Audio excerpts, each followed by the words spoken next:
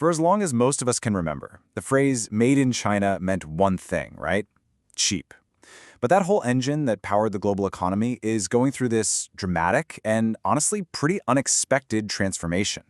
And to really get our heads around how we got here, we got to start with just one single, absolutely staggering number. Okay, so think back to 2007. The very first iPhone was just coming out. Back then, 1 hour of factory labor in China cost about a single US dollar. Now, fast forward just 15 years, that same hour of labor, it's skyrocketed to $8. Yeah, 8. That's an 800% jump. So let's just say it. The era of cheap China, it's officially over. And if you think that's wild, putting it into a global perspective is even more eye-opening. Get this. Today, for the price of just 1 hour of Chinese labor, you could get 4.5 hours of labor in Mexico. So yeah, China is definitely not the world's bargain basement anymore. It's actually become a premium option in a lot of ways. So this just begs a massive question, doesn't it? If China isn't the cheap option anymore, what happens to the so-called world's factory? And how on earth did this all happen so fast? Well, the answer is this incredible story that doesn't really start with economics. It starts with a political decision made more than 60 years ago. All right, to really understand China's manufacturing boom, you have to think of it like a recipe. There were these two absolutely crucial ingredients that when you mix them together created an economic explosion. I mean, something the world had truly never seen before. So, what were these two secret ingredients? First, a massive, almost overnight surge in population, like a tsunami of people. And second, the largest human migration in the history of the world. Let's dig into that first one, the population boom.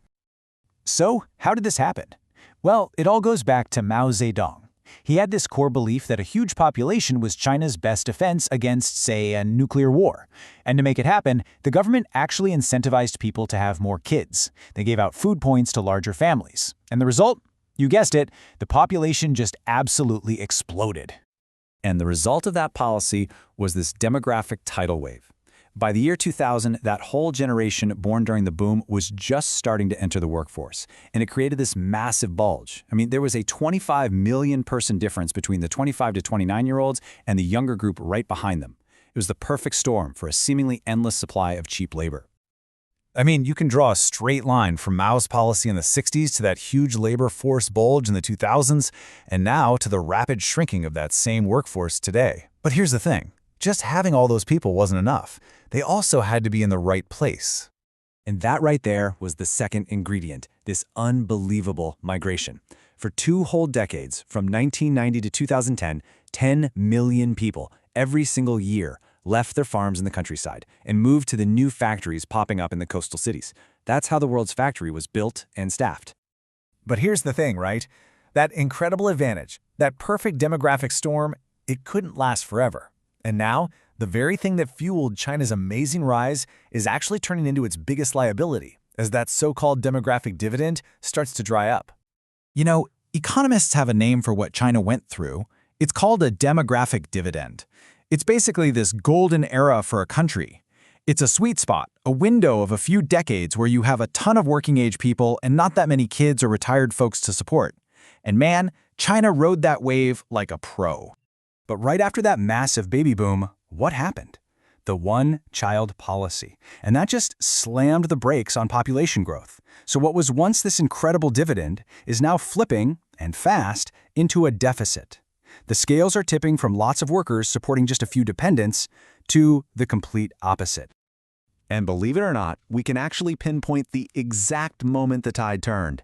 It was 2015. That was the year the total number of workers in China hit its peak. For the first time, that endless supply of labor, well, it ended. And it's been going down pretty much every year since. So what does all this mean for the thousands of international companies that literally built their entire business models on cheap Chinese manufacturing? Well, it's forcing them to make a really big choice. Okay, so who's staying? Well, first, you've got companies that want to sell to China's massive market. You know, your Starbucks, your Walmarts. Then you've got companies like Apple. They need a level of scale, skill, and infrastructure that, frankly, you just can't find anywhere else. We're talking about a workforce the size of a small country, plus world-class ports and roads. For them, it's about way more than just the hourly cost. But who's leaving? Well, any company whose main goal is just cheap, low-skilled labor, honestly, they've already been leaving for a while. A great example is Nike. Today, only about 21% of its shoes are made in China. The rest, they've moved on to cheaper places like Vietnam or Mexico. Now, China's leadership, they know this is a problem. Their big solution is to try and climb up the value chain, to escape that trap of being too expensive for the simple stuff, but not quite skilled enough for the really high-end innovation. But this big bet has created a really bizarre and honestly kind of painful paradox. This is what economists call the classic middle-income trap. It's exactly what it sounds like. A country gets stuck. It's not the cheapest place to make things anymore, but it also hasn't developed the super high-skilled workforce you need to compete in advanced industries. The only way to get out is to educate and upskill your population. But here is the shocking reality of China's workforce today. Despite the image we all have, a staggering 70% of its labor force doesn't even have a high school education. Just think about that. The country is trying to build a high-tech economy on a foundation that, well, might not be ready for it. And yet, at the exact same time, China has poured a mind-boggling amount of money into higher education. I mean, college enrollment tripled in just 15 years. There's this almost religious belief in the power of a university degree over there, and this huge contradiction has created a massive mismatch. So this is the core of the problem. The jobs China desperately needs, skilled technicians, mechanics, modern machine operators, those are not the jobs its people are being trained for. What China has is a huge surplus of university graduates who think factory work is beneath them, and a massive population of unskilled laborers. The result of all this? Widespread youth unemployment. Okay, so what does all of this add up to? Well, it really forces us to step back and reconsider the whole story we've been told for years.